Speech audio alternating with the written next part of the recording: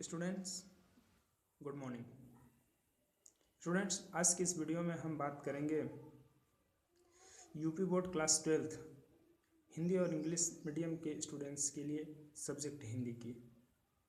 Students, Hindi में गद्य, काव्य, संस्कृत दिग्दर्शिका और कथा भारती मुख्यतः 4 खंड होते हैं। इसके अतिरिक्त व्याकरण भी हमें पढ़ना होता है और वही व्याकरण पढ़ना होता है जो अभी हम लोग 9th 10th 11th में पढ़ते आए हैं। तो स्टूडेंट्स, आज हम लोग सिर्फ सिलेबस के बारे में बात करेंगे जो हमारा हिंदी का सिलेबस है हमें 12th में पढ़ने के लिए। सर्वप्रथम हम आते हैं अपने जो हमारा काव्य खंड है उस पर आते हैं। तो स्टूडेंट्स, हमारा काव्य खंड शुरू होता है अयोध्या सिंह उपाध्याय हरिओद। इसके पहले हम लोग 11th में हमारा सिलेबस था, लेकिन 12th के लिए जो हमारा सिलेबस है स्टूडेंट्स वो शुरू होता है अयोध्या सिंह उपाध्याय हरिओद जी के द्वारा लिखी हुई पवन दूतिका का। स्टूडेंट्स, इसी में हमारा अगला चैप्टर जो आता है वो आता है मैथिली शरण गुप्त का। मैथिली शरण गुप्त जी के द्वारा लिखा हुआ कैकेयी, अनुताप और गीत। इसके बाद हमारा जो अगला चैप्टर आता है हिंदी काव्य का वो आता है सुमित्रानंदन पंत और जयशंकर प्रसाद। तो जयशंकर प्रसाद से हम देखें तो गीत और श्रद्धा मनु 2 काव्य हमारे हिंदी काव्य में है। पहला है गीत और दूसरा है श्रद्धा मनु। जैसा कि हम लोगों ने बात किया सुमित्रानंदन पंत जी का, तो स्टूडेंट सुमित्रानंदन पंत ने जो लिखा है उसमें हमारे बुक में जो लिया गया है 3 पद लिए गए हैं। पहला है नौका विहार, दूसरा है परिवर्तन और तीसरा है बापू के प्रति। ये तीनों हमें पढ़ने होते हैं स्टूडेंट्स। इसके बाद इसी कड़ी में हम आगे चलते हैं। हमारा आता है महादेवी वर्मा। जो महादेवी वर्मा है उनके द्वारा लिखा हुआ गीत हमारे सिलेबस में 12th में है जिसको हमें पढ़ना है स्टूडेंट्स। इसके बाद में इसकी अगली कड़ी जो आती है रामधारी सिंह दिनकर। रामधारी सिंह दिनकर जी के द्वारा लिखा पुरूरवा, उर्वशी और अभिनव मनुष्य। ये 3 पद हमारे 12th में लिए गए हैं जिसको हमें काव्य के अंतर्गत पढ़ना है। इसी कड़ी में स्टूडेंट्स अगला जो हमारा काव्य के लेखक हैं उनका नाम है सच्चिदानंद हीरानंद वात्स्यायन अज्ञेय। सच्चिदानंद हीरानंद वात्स्यायन अज्ञेय इनके द्वारा जो लिखा हुआ हमारे पाठ्य पुस्तक में उपलब्ध है स्टूडेंट्स, उसका नाम है मैंने आहुति बनकर देखा और हिरोशिमा।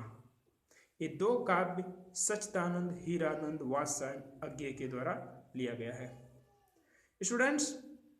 यही इतना ही हमारे जो काव्य से रिलेटेड है, काव्य से रिलेटेड हमारा कोर्स यहाँ पे समाप्त होता है स्टूडेंट्स। अब हम बात करेंगे हिंदी गद्य खंड से। तो हिंदी गद्य खंड जो हमारा है उसमें मुख्यतः हमको 6 लेसन यानी 6 पाठ हमको पढ़ने हैं, जिसमें हमारा पहला पाठ है वासुदेव शरण अग्रवाल के द्वारा लिखा गया राष्ट्र का स्वरूप। राष्ट्र का स्वरूप जो कि वासुदेव शरण अग्रवाल जी ने लिखा है स्टूडेंट्स, वो हमको पढ़ने हैं। इसके बाद हमारा दूसरा जो पाठ आता है कन्हैया लाल मिश्र प्रभाकर। कन्हैया लाल मिश्र प्रभाकर जी के द्वारा लिखा गया रावण नरसिंह होम में। क्या नाम है स्टूडेंट्स? रावण नरसिंह होम में। तीसरा है डॉक्टर हजारी प्रसाद द्विवेदी जी के द्वारा लिखा गया अशोक के फूल। अशोक के फूल तीसरा हमारा पाठ है हिंदी गद्य खंड का। इसके बाद में स्टूडेंट्स हमारा जो अगला चौथा लेसन आता है प्रोफेसर जी सुंदर रेड्डी।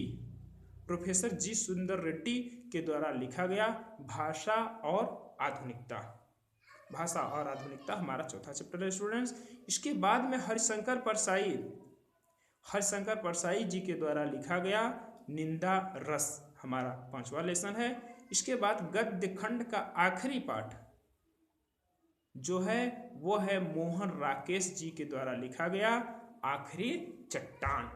आखिरी चट्टान के साथ ही स्टूडेंट्स हमारा गद्य खंड का सिलेबस भी समाप्त होता है।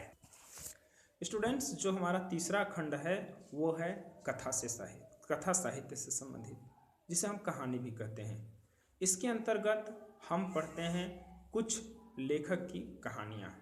उनमें पहले हैं हमारे भीष्म साहनी, जिनके द्वारा लिखा गया है खून का रिश्ता।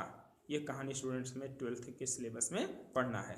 इसके बाद में है फणीश्वर नाथ रेणु के द्वारा लिखा गया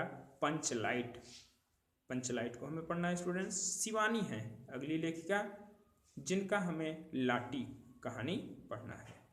इसके बाद शुरू होता है स्टूडेंट्स शिवानी के द्वारा लिखी गई लाटी के बाद जो हमारी कहानी आती है अमरकांत जी के द्वारा लिखा गया बहादुर।